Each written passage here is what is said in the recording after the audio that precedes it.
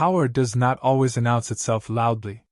Sometimes, it exists in silence so absolute that even the most dangerous people hesitate to disturb it. In the shadowed upper circles of Seoul's hidden underworld, there was a name spoken only in careful tones: the heir who never spoke. Executives failed to negotiate with him. Politicians left meetings uncertain whether they had been approved, or quietly erased. Even his own organization communicated through layers of intermediaries, as if direct interaction carried consequences no one wished to test. Some said the silence was discipline. Others believed it was strategy. A few whispered it was a warning. Because whenever someone attempted to force a conversation, something always went wrong. And yet, on an ordinary night inside a restaurant few could afford, a young waitress with nothing to gain, and far more to lose, did something no one else had ever managed. She made him respond. But what happened next changed everything. If you enjoy stories like this, make sure you're subscribed, because this one gets intense. The restaurant did not advertise its presence. There were no street signs, no glowing logos, no waiting crowds hoping for a table. Those who knew about it arrived through private elevators that opened only with coded reservations. Its existence lived quietly within the upper floors of a luxury hotel tower, far above the pulse of the city, where influence moved more discreetly than traffic below. Soft amber light washed over polished stone floors. The air carried the faint scent of citrus oil and aged oak, carefully engineered to feel both welcoming and expensive. Every detail inside the dining hall had been designed to reassure powerful people that nothing unexpected could happen there. Nothing disruptive. Nothing uncontrolled. For most employees, the job required more emotional discipline than physical endurance. Guests did not simply expect excellent service, they expected invisibility from the people providing it. The ideal server was efficient, composed, and forgettable within seconds of leaving the table. Jisoo Park had mastered that balance. At 26, she moved through the dining room with quiet precision, her posture relaxed yet attentive, her presence gentle enough to avoid notice unless needed. The small silver pin at her collar reflected the restaurant's ambient light each time she leaned forward to place a dish or refill a glass. Her uniform was tailored to appear effortless, though she knew how carefully every fold had been adjusted to maintain the illusion of perfection. She had learned early that most customers did not want personality from service staff. They wanted smooth interactions that never disturbed their conversations, never interrupted their assumptions about how the world should function. Predictability made people comfortable. And comfortable people were generous. Jisoo relied on those tips more than anyone inside the dining room realized.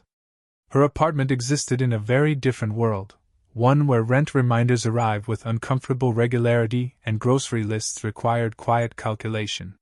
She had no powerful connections, no inherited safety net, and no margin for unnecessary risk. Which was why she paid attention when the manager's tone changed. "Private booking arriving in 10 minutes," Manager Han announced quietly from the service station.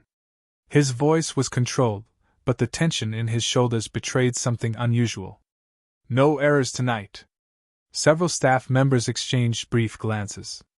The restaurant served influential guests regularly, but the subtle shift in atmosphere suggested something beyond ordinary prestige. "Who is it?"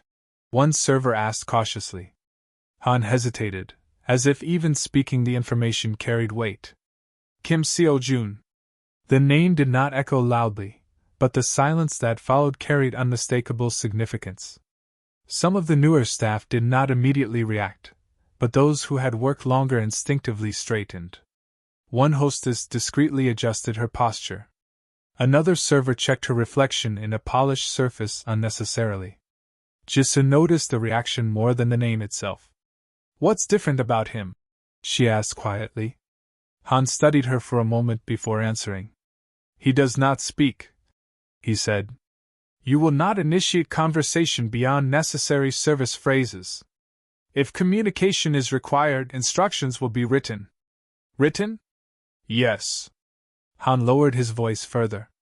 "No one engages beyond what is required. No curiosity. No improvisation." That last instruction carried emphasis. Jisoo nodded once, accepting the guidance without protest. Difficult guests were not unusual. Silence, however, was. The elevator doors opened precisely at the scheduled minute. 2 security personnel exited first, scanning the room with restrained efficiency. Their expressions did not display aggression, yet their awareness was unmistakable. They positioned themselves subtly near structural pillars, creating quiet perimeter control without drawing attention from other guests. Then he entered. Kim Seo-joon did not appear outwardly intimidating. His posture was relaxed, his pace unhurried, his expression neutral to the point of near detachment. His dark suit fit perfectly without appearing tailored for attention. Nothing about his appearance suggested spectacle. Yet the space around him felt altered. People instinctively lowered their voices as he passed. Conversation softened. Even those unaware of his identity sensed a shift they could not explain. He did not look around the room in curiosity. He observed it with measured awareness, as though mapping movement patterns rather than admiring decor. When he sat, he placed a slim leather notebook beside his glass. Jisoo approached the table with professional calm, introducing herself using the standard greeting practiced countless times before. His eyes lifted briefly to acknowledge her presence. Then he wrote something. He rotated the notebook slightly across the table. Water. Room temperature. His handwriting was precise, almost mechanical. Jisoo nodded once and retrieved the requested drink, placing it gently near his hand. As she turned to leave, she noticed something unusual. He did not immediately touch the glass. Instead, he observed the reflections on its surface, not casually, but attentively, as though confirming something invisible to everyone else. For a brief moment, his composure shifted. Not fear. Calculation. Jisoo returned to the service station, but her attention remained partially anchored to table 14. Guests displayed unusual behavior for many reasons: privacy concerns, sensitive negotiations, emotional stress. But this felt different. He was not avoiding conversation. He was avoiding unpredictability. And people who lived that way usually had a reason. When she delivered the first course, she noticed another detail. He subtly adjusted the angle of his chair, not for comfort, but to maintain visibility of both entrances. A habit. A precaution. Or preparation. As she stepped away once more, she realized something unexpected. She was no longer simply curious about the silent air. She was concerned. Because silence like that was rarely preference. It was protection. And protection implied danger. From a distance, nothing about the silent air's visit appeared unusual. The choreography of fine dining continued uninterrupted, plates arriving with quiet elegance, glasses refilled before reaching emptiness, conversations flowing in hushed tones that never rose high enough to disturb neighboring tables. But beneath the polished rhythm of service, tension gathered like static before a storm. Jisoo observed discreetly, careful not to allow curiosity to interfere with professionalism. Yet each interaction with Table 14 revealed small irregularities that resisted explanation. Kim Seo-joon did not behave like other influential guests. He never allowed staff to pour directly from the bottle without first examining the seal. When a new dish arrived, he paused briefly, as though verifying the order visually before touching the utensils. His gaze moved across reflective surfaces, polished silverware, glassware edges, even the mirrored wine display behind the bar. Not searching for flaws. Scanning for patterns. Security personnel stationed across the room maintained distance while remaining constantly attentive. Their communication relied entirely on subtle hand gestures, brief nods, controlled posture adjustments. No verbal coordination. No unnecessary exposure. Whatever world Kim Seo-joon belonged to, language itself seemed treated as a vulnerability. When Jisoo returned to collect the first empty plate, she noticed something unexpected. The food had barely been touched. Instead, a small portion had been moved gently aside, as though separated intentionally. Testing. A precaution used by individuals accustomed to risk. The realization sent a quiet chill through her concentration. This was not eccentricity. This was survival behavior. Later, When she refilled the water glass, she noticed his pen resting precisely parallel to the notebook's edge, aligned with mathematical precision. Every object within his reach appeared positioned deliberately. Nothing random. Nothing careless. Even stillness carried intention. As she prepared to leave, his pen moved once more. He wrote briefly, then rotated the notebook toward her. "Thank you?" The words themselves were ordinary. But the act of writing them was not. It implied awareness of her presence beyond simple service function. An acknowledgement. And acknowledgements carried meaning. Jisoo inclined her head politely and turned away, but her mind continued assembling impressions like fragments of a puzzle missing its central image. Why maintain silence so rigidly in an environment already controlled by loyal security? Why observe reflections instead of people? Why appear less concerned with reputation, and more concerned with unpredictability? Her questions remained internal until an unexpected disruption altered the evening's rhythm. A guest at a nearby table raised his voice in irritation over a reservation discrepancy, causing a brief spike in volume that rippled across the dining room. It was a minor disturbance, quickly handled by the manager. But the reaction at table 14 was immediate. Kim Seojin's posture changed. Not dramatically. Just enough. His shoulders squared slightly. His attention shifted toward the sound's origin. His fingers rested lightly against the notebook, as though anticipating the need for communication. Prepared. Always prepared. Jisoo noticed something else.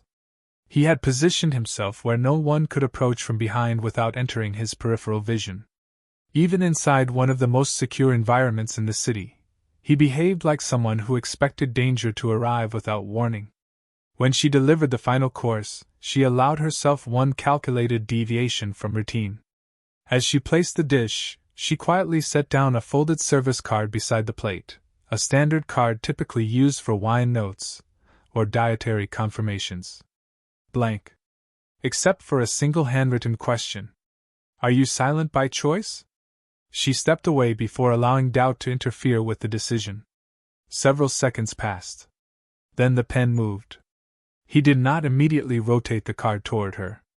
Instead, he closed the notebook gently, as though shielding the words from unintended observation. When she returned moments later to retrieve unused utensils, the card rested near the edge of the table. 2 words had been added beneath her question. Not safe. The response was small.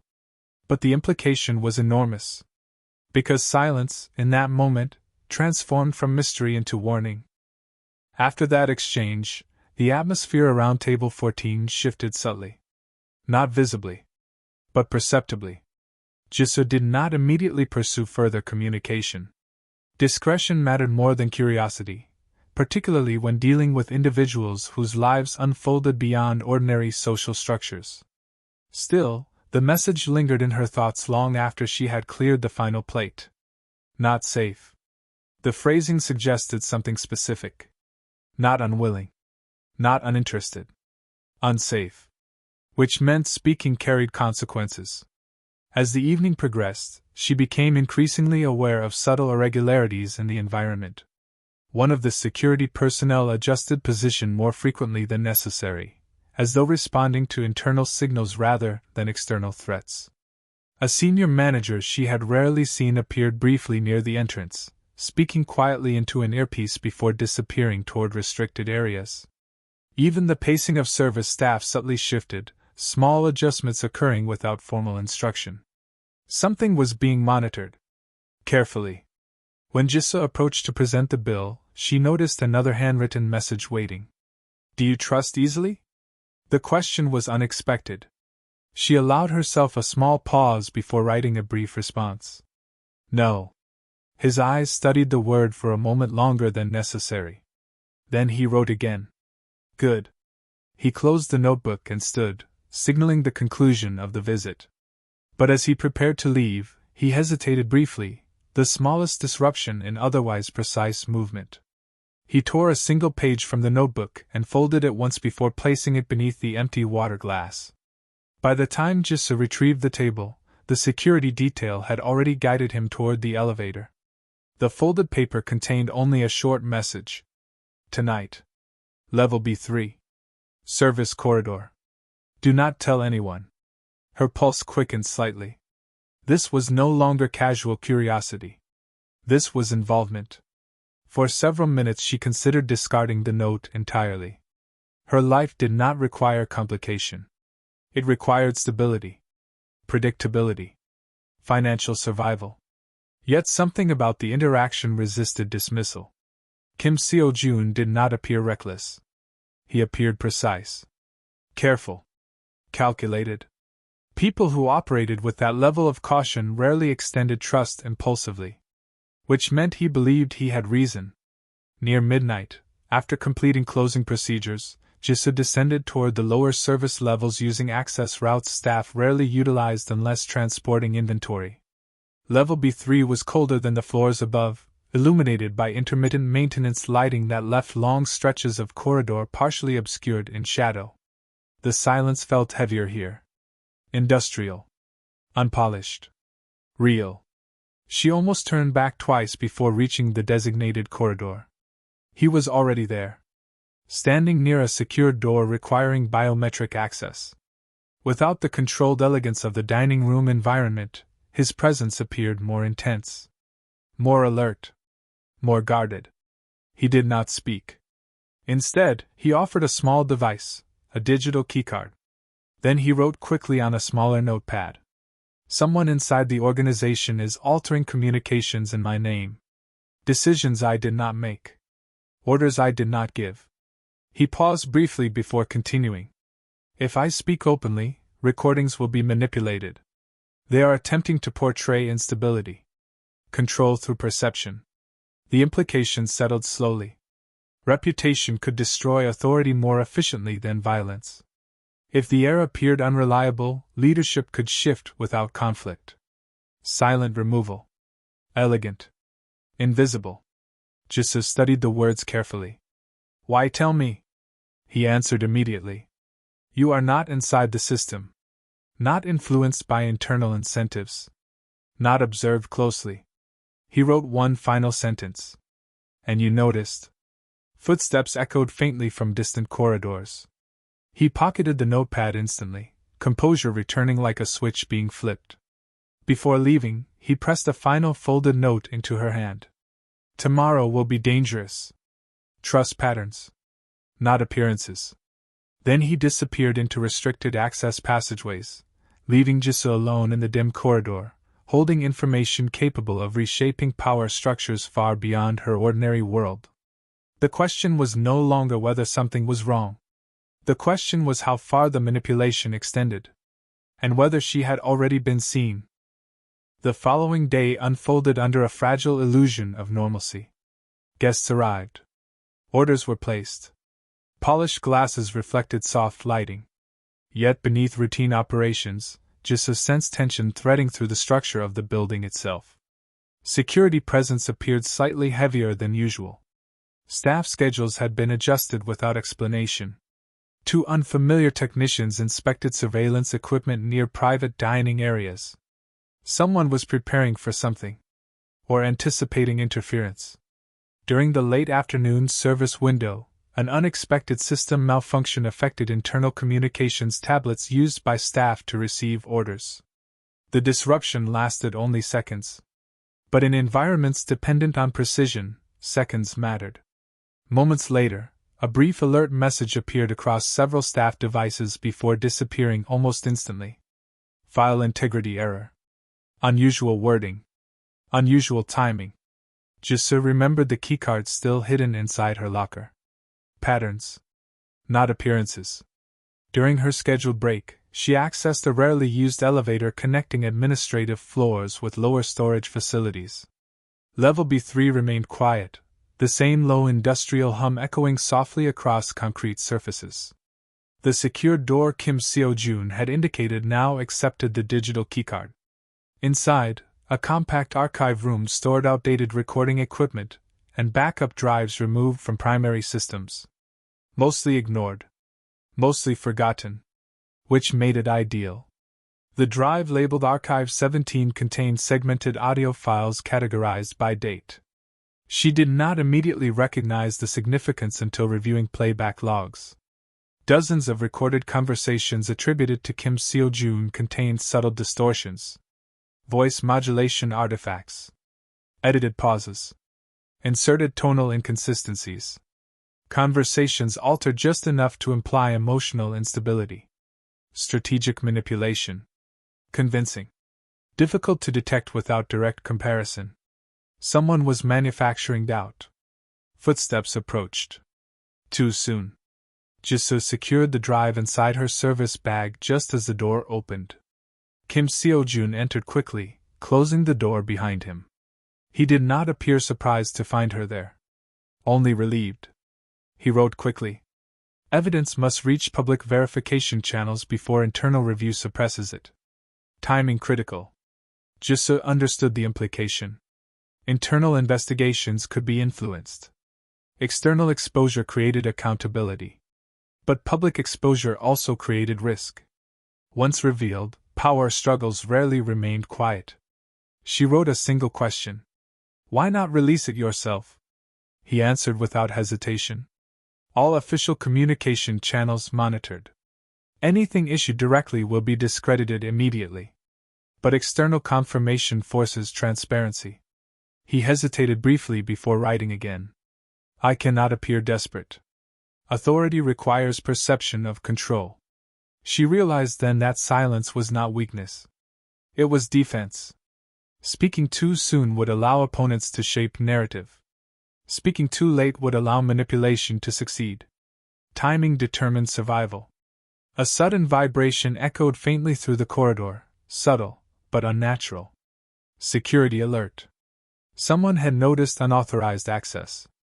Kim Seo-jun retrieved the drive and placed it inside a slim protective case.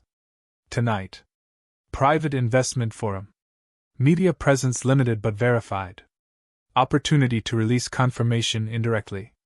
If successful, manipulation collapses. If unsuccessful. He did not finish the sentence. He did not need to. Consequences extended far beyond reputational damage. Because power structures built on perception rarely tolerate exposure quietly. As they exited the archive corridor separately to avoid suspicion, Jisoo understood the scale of what had begun as a simple question. Are you silent by choice? The answer was far more complicated than she had imagined. Because silence had never been the mystery. Control was. And control was now being contested. The private investment forum took place inside a secured conference hall located within the same tower complex, attended by individuals whose decisions shaped industries rather than simply participating in them. Minimal press coverage. Maximum influence. Kim Seo-jun's presence had been expected weeks in advance. His silence had always been interpreted as discipline. Measured. Intentional. Tonight, perception would either solidify or fracture.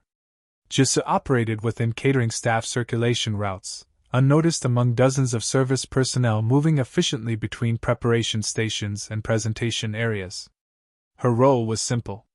Deliver a specific sealed folder to a verified media analyst scheduled to attend the event. A quiet insertion into controlled information flow.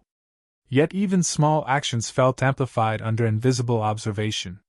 Several unfamiliar security officers monitored access points with unusual attentiveness. Someone anticipated disruption. Timing narrowed rapidly. Kim Seo-jun entered the forum accompanied by senior advisors. His composure remained unchanged. Still calm. Still silent. Still unreadable. The presentation sequence progressed without deviation until an unexpected procedural adjustment altered speaking order. An attempt to reduce his appearance window. Limit exposure. Control narrative. Too coordinated to be coincidence. Jisoo located the designated analyst moments before the schedule shift concluded. The transfer occurred without visible acknowledgement.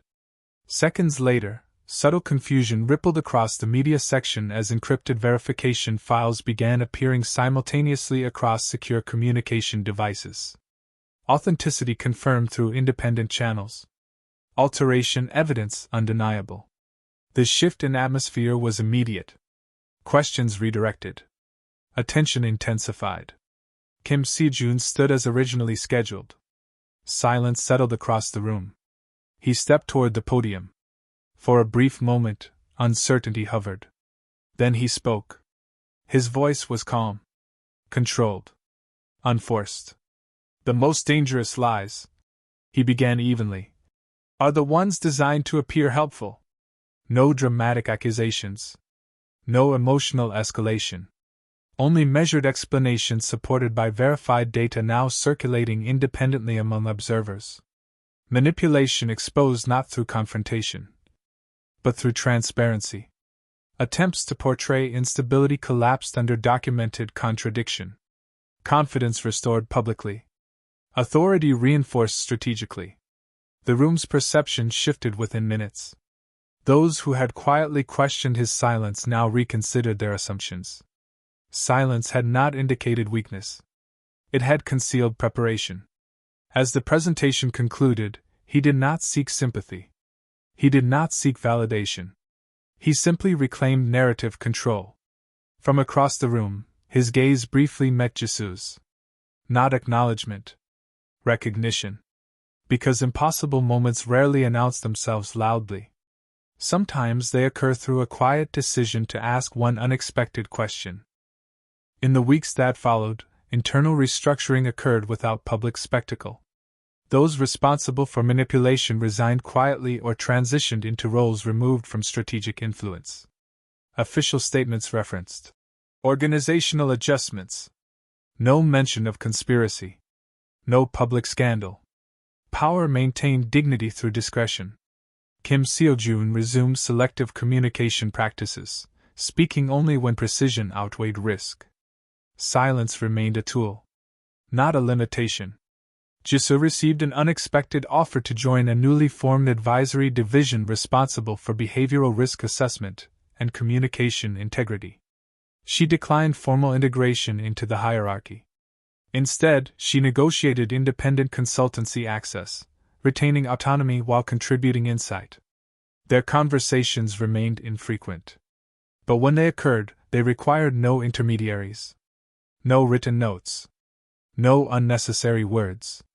Because trust, once established carefully, rarely requires explanation. Some barriers are not meant to remain permanent. Some are meant to ensure the right person crosses them. Sometimes the most overlooked individuals see what others miss. And sometimes a single unexpected question changes everything. If you enjoy stories where quiet courage reshapes powerful worlds, explore more journeys where perception becomes power, and silence hides far more than weakness.